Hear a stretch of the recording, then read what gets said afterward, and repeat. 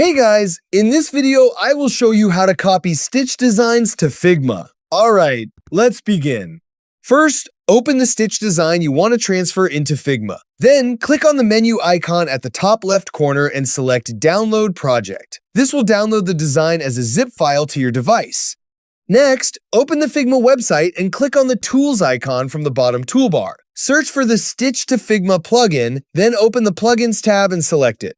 After that, click Run and choose Browse to upload your downloaded Stitch project. Before importing, make sure the plugin settings are configured correctly.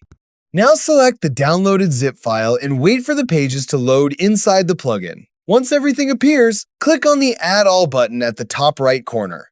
Before importing the design, uncheck the Preview Images option if needed. Then click Add to move all the Stitch design pages directly into your Figma workspace. So that's basically how you can copy Stitch designs to Figma. That's it for this video. Thanks.